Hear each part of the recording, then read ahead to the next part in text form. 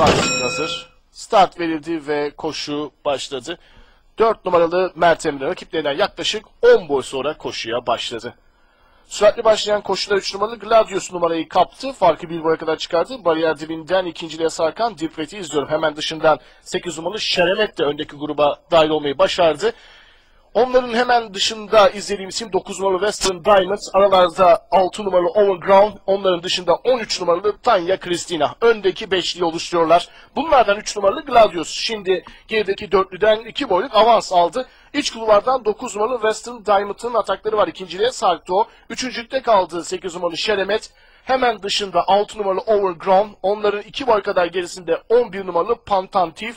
Pantantif'in hemen sağrısında 1 numaralı Caneko. Caneko'nun 2 boy kadar gerisinde 12 numaralı Papara şeklinde son düzlüğe çıkıyoruz.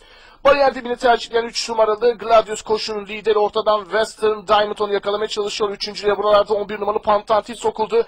Onun dışından 1 numaralı Caneko'nun en dış kulvardan 5 numaralı Orhanto'nun çabaları var. Ancak artan tempoya sahip isim 3 numaralı Gladius olunca son 200 geçirirken uzak farklı bir liderlik temin etti ve yarış hayatının 3. startında birinciliğe çok yakın son 100 geçirirken uzak farklı liderliğini koruyan 3 numaralı Gladius Gökhan Gökçe ile kazandı. 1 numaralı Caneko ikinci, 4 numaralı Mert Emre üçüncü, son hamlesi ise 5 numaralı Orhanto'ya koşunun dördüncülüğünü getirdi.